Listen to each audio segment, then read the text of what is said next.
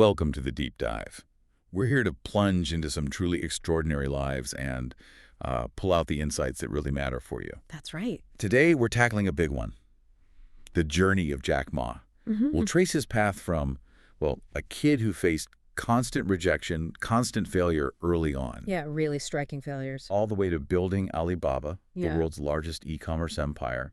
Then the clash with regulators, his brief disappearance. Which was quite dramatic. Absolutely. Yeah. And now his reemergence.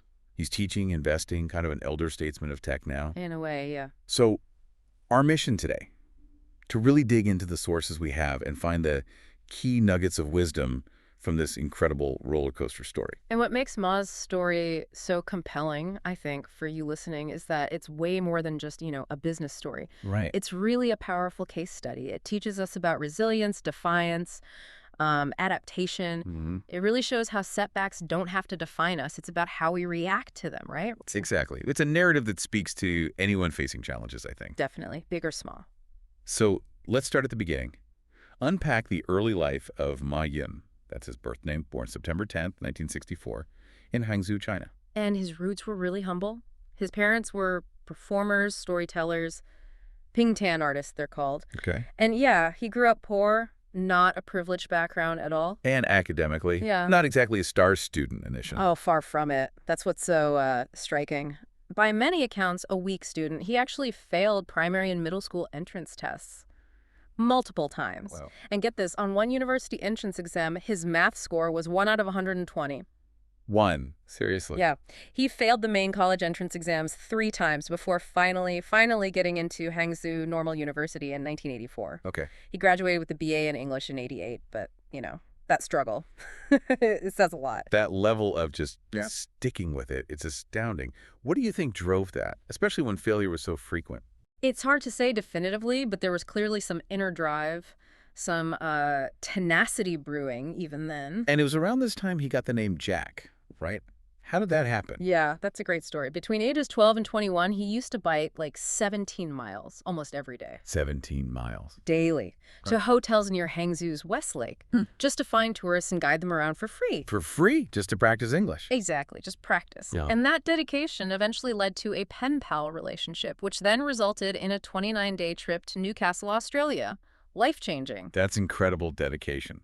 Turning a neat learning English into, well, an opportunity like that. It seems like a pattern, right? Turning obstacles around. And that determination definitely showed up again in his job hunt after graduation. Oh, yeah, the rejection stories are legendary. They really are. It reads like a list of no's. Applied for over 30 jobs, got rejected from basically all of them. Including KFC. Famously, yes. He tells the story, 24 people applied, 23 were hired. He was the only one rejected. Right. Rejected by the police force, too. Yeah. And maybe the most surprising, rejected by Harvard 10 times. 10 times from Harvard. 10 times. He's just kept applying. So after all that, his first real job was teaching English at Hangzhou Dianzi University. That's right. And the pay was, well, meager doesn't quite cover it, like $12 to $15 a month. Wow. He famously said, "I failed a lot. Even KFC rejected me." Yeah. What does that relentless string of rejections tell you? It points to, I think, an incredible self-belief, maybe even stubbornness, and definitely a very thick skin. Yeah, you'd need it. Most people would see those as, signs to quit or change direction entirely. For him, it seems they were just data points, detours. Learning experiences. Exactly. He learned to adapt, find value where others might not see it, like in practicing English for free or in that low-paying teaching job. It was foundational for his unconventional approach later. Okay, so this brings us to a major turning point. 1995. He's on a trip to the U.S., working as a translator. Right. Seattle, I believe. And he encounters the internet for the very first time. What happened there? What sparked the big idea? It was actually pretty simple, almost mundane, but it hit him hard. His friend showed him the web. He typed in beer. Okay. Got results from Germany, U.S., Japan, lots of beer. Yeah. Then he typed in China. Nothing. 0. Then he tried beer and China together. Still nothing. So China was basically invisible online. Completely invisible in that search, yeah. And for him, that wasn't just a missing search result. It was a massive gaping hole. China wasn't part of this new global digital thing. And that sparked the idea. The realization of just immense untapped potential. He saw an opportunity where others just saw, well, nothing. So he goes back to China, fired up, and he starts China Pages or Haibo Translation Agency in 1996. Yeah, the goal was simple, really. Help Chinese businesses get online, get listed, bridge that gap he saw. But it wasn't smooth sailing, right? His first real venture had its hurdles. Well, definitely not. He ran into significant conflicts, especially with the state-owned China Telecom. It got complicated. How so? Control issues, competition, the usual challenges, but amplified in that specific context. It led to him basically selling China Pages in 96 and leaving by 97. So a setback, in a way. You could see it that way, but it was also another learning experience. He then worked with the Ministry of Foreign Trade and Economic Cooperation, MITI's precursor, helping them build websites until 99. Okay, so he's learning the ropes, navigating government and business. Exactly. Critical experience for what came next, learning how things really worked in China's complex landscape. Which brings us to 1999 and the birth of Alibaba. Yeah, this is the big one. And the origin story is fantastic, not some slick corporate launch. No, it was him, in his apartment in Hangzhou. With 17 friends, he managed to convince. That was the founding team. Just pure belief and vision. What was that initial vision? It was bold, really bold for the time, to empower small and medium-sized Chinese businesses, give them a platform to connect with global buyers, use the internet to level the playing field. And they managed to get funding pretty early on. They did. $5 million from Goldman Sachs, which was a big deal. And then, crucially, $20 million from SoftBank and Masayoshi-san. Right. That SoftBank investment is legendary. Huge endorsement. It really put them on the map and gave them the fuel they needed. Ma had this quote early on, something like, "We will succeed because we are young. We never give up." Huh? What does that tell you about the culture he was building? It tells you everything, doesn't it? It's pure energy, defiance, optimism, not based on resources or tech superiority, but on sheer will and persistence. Believing when maybe others didn't. Absolutely. And that kind of energy is infectious. It attracts people who share that spirit. It gets you through the tough times. And speaking of tough times and competition, 2003 rolls around and he launches Taobao. Ah, yes, Taobao, the C2C platform, consumer to consumer. Directly aimed at taking on eBay, which was the dominant player in China then. eBay EachNet, yeah, they were huge. Seemed unbeatable to many. So how did Taobao, this newcomer, manage to disrupt that? What were the key moves? Pure strategic genius, tailored perfectly for the Chinese market. Two massive things. First, Taobao was free for sellers. Completely free, unlike eBay. Exactly. eBay charged listing fees. Ma understood that removing that barrier would attract masses of small sellers. Okay, that's big. What was the second? Trust. Online transactions were still viewed with a lot of suspicion, so he built Alipay. A payment system. But critically, as an escrow service initially, it held the buyer's money until they confirmed they received the goods. That built enormous trust. Addressing a core fear directly. Precisely. It wasn't just about features, it was about understanding the local psychology. And it worked. eBay couldn't adapt quickly enough. And they eventually pulled out. By 2006, yeah, they essentially ceded the C2C market to Taobao, a huge victory for Alibaba, David versus Goliath. That must have been incredible validation, and it led to more investment, right? The Yahoo deal. Yeah, that was another massive milestone. In 2005, Yahoo bought a 40% stake in Alibaba for $1 billion. $1 billion back then. Huge money. And it cemented Alibaba's position. But my Ma's vision wasn't just e-commerce, was it? No, he kept expanding. Way beyond. Into logistics with Caneo, trying to solve the delivery challenge. Into cloud computing with Alibaba Cloud, becoming a major player there. Entertainment, finance. Right. Ant Group later, but even before that, expanding into B2B, different B2C models, he was building an entire digital ecosystem, not just a single marketplace. The sheer breadth of that vision is pretty staggering. It really is.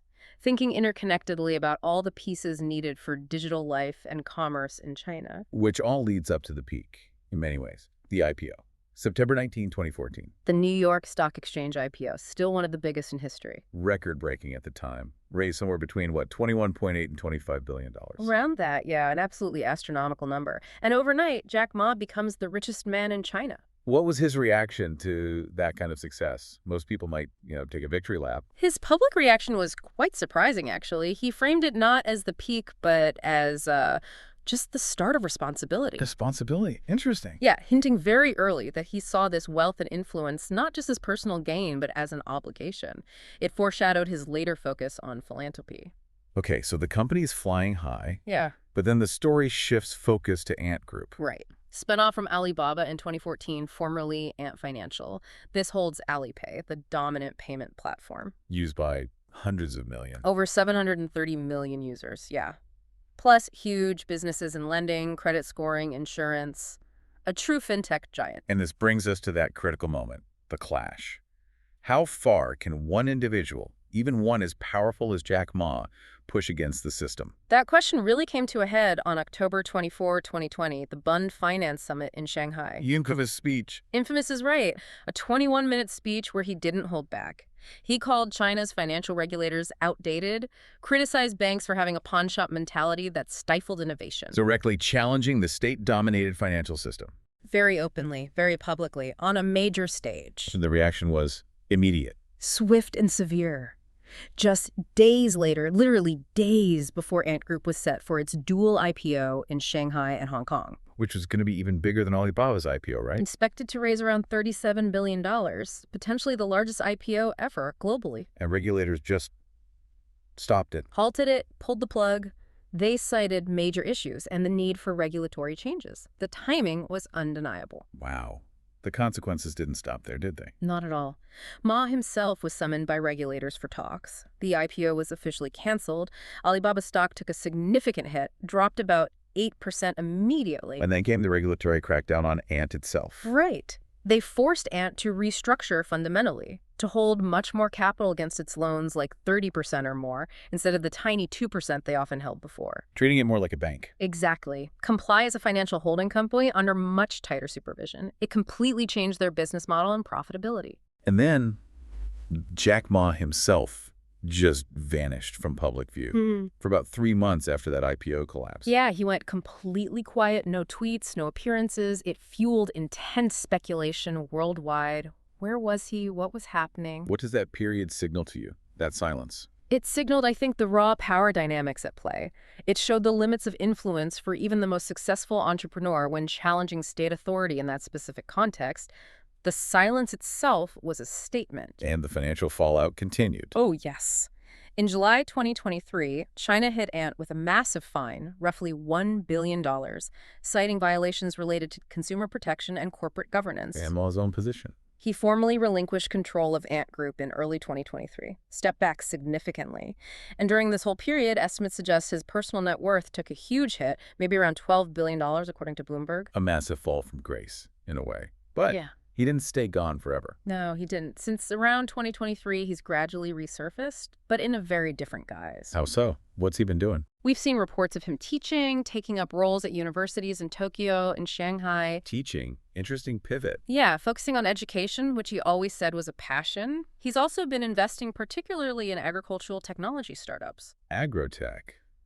That's unexpected. It seems like a genuine interest, and he even launched a company dealing with packaged foods, so a shift towards more, perhaps, foundational industries. So it's not a return to leading Alibaba or Ant? No, definitely not that. It's a re-emergence, but into a different kind of role. More low-key, focused on specific interests. Though he has made some higher-profile appearances recently. He has attended a summit with Xi Jinping in February 2025, which raised eyebrows, and spoke about AI's future at Ant's 20th anniversary event in late 2024.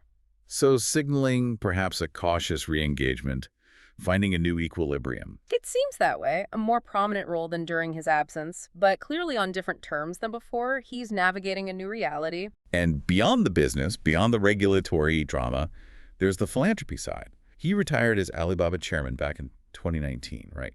Specifically for this. That was the stated reason, yes.